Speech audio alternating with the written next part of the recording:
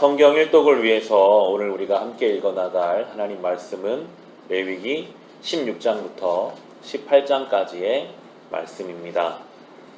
16장 2절을 보시면 하나님께서 아론에게 말씀을 주십니다. 2절 보겠습니다. 제가 읽겠습니다.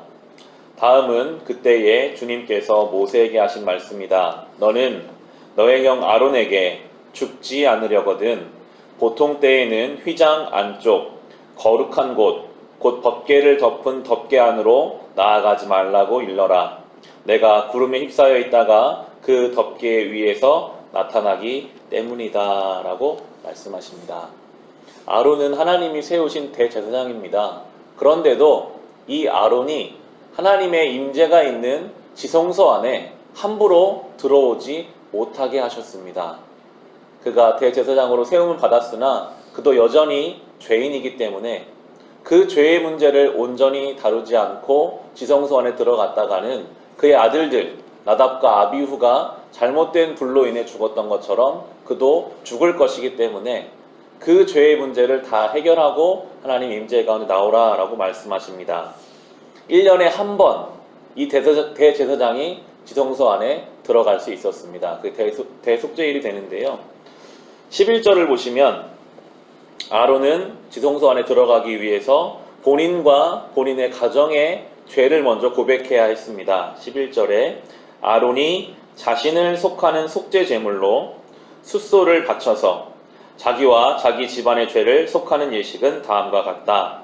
그는 먼저 숫소를 잡아 자신을 속하는 속죄 제물로 바쳐야 한다라고 하시면서 이 본문을 묵상해 보시면 예배의 자리, 특별히 하나님의 임재를 경험하기 위한 조건이 이 죄의 문제를 치밀하게, 세밀하게 다뤄야만 하나님의 임재 가운데 들어갈 수 있게 하나님이 이렇게 만들어 두셨습니다.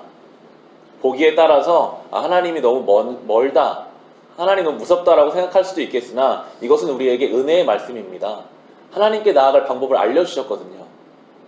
우리가 아무리 육신적으로 여기 나와 있어도 하나님의 임재를 경험하지 못하는 삶이 반복되고 있다면 이 문제를 기억해야 합니다. 내가 하나님 앞에 정말 통회하는 심정으로 나아가고 있는가?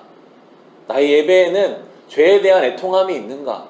왜 나의 예배 가운데, 나의 기도 가운데 하나님의 임재가, 하나님의 은혜를 느끼지 못하는가 할 때에는 이 부분, 죄의 문제를 세밀하게, 치밀하게 다뤄야만 지성소까지 나올 수 있게 하신 하나님의 말씀을 우리가 새겨보아야 할 것입니다. 예수님께서도 이미 누가복음에서 이렇게 말씀하셨습니다. 누가복음 18장 13절에 보면 세리의 기도를 주님 칭찬하시는 내용이 나오는데 제가 읽어드릴게요. 그런데 세리는 멀찍이 서서 하늘을 우러러볼 엄두도 못 내고 가슴을 치며 아 하나님 이 죄인에게 자비를 베풀어 주십시오 하고 말하였다라고 하시면서 그 세리의 기도를 주님이 기뻐 받아주셨다라고 말씀하십니다.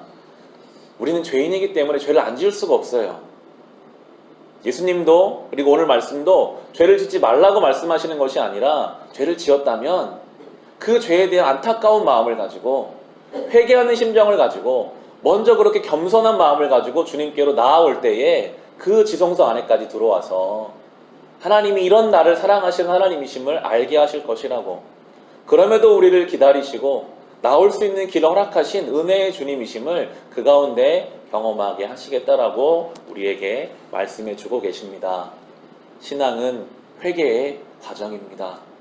이 과정을 우리가 날마다 거쳐가면서 우리는 조금씩 거룩해져 갈 것입니다.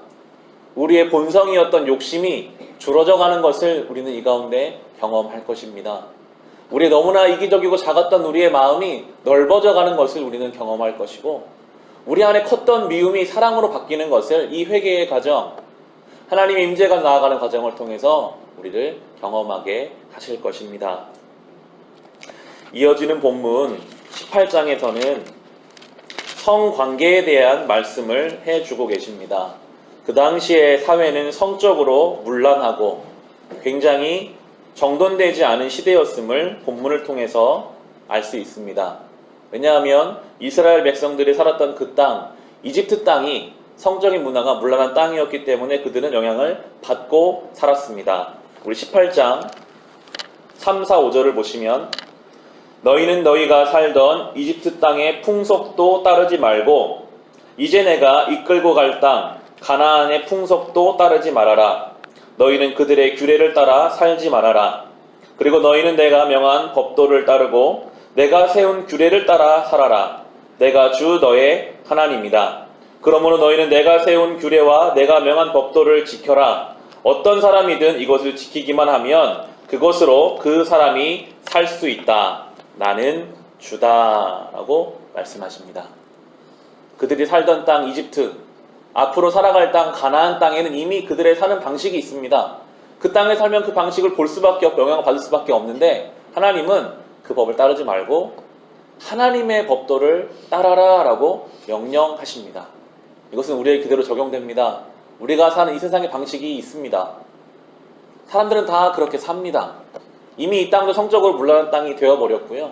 욕심을 따라 자기가 원하는 대로 살아가는 이 시대를 우리는 살면서 보고 있기 때문에 영향을 받을 수밖에 없는데 하나님 오늘 말씀하시죠. 그 법도를 따르지 말고 하나님의 법을 따라라.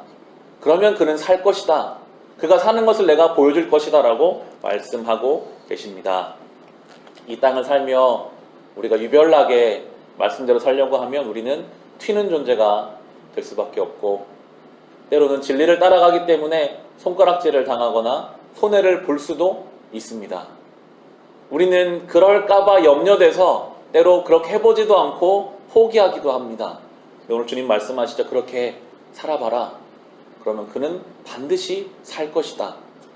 내가 하나님임을 그의 삶을 통해서 내가 보이겠다라고 오늘 우리에게 말씀하고 계십니다. 이것이 거룩함입니다.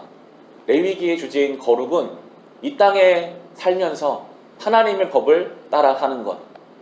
심지어 그것이 반대되는 길을 가는 길이라도 내 눈에 보기에는 그 길이 어려운 길이라도 순종함으로 갈 때 하나님이 나를 지켜주시는 것을 경험하는 삶. 그것이 제사장된 거룩한 성도들에게 주시는 하나님의 말씀입니다. 오늘도 우리의 죄의 문제를 가지고 애통하는 마음으로 주님께로 나아갑시다. 거룩하게 이 땅을 살지만 하나님의 법을 따라 살아갈 수 있는 저와 여러분이 될 수 있기를 주님의 이름으로 축원합니다.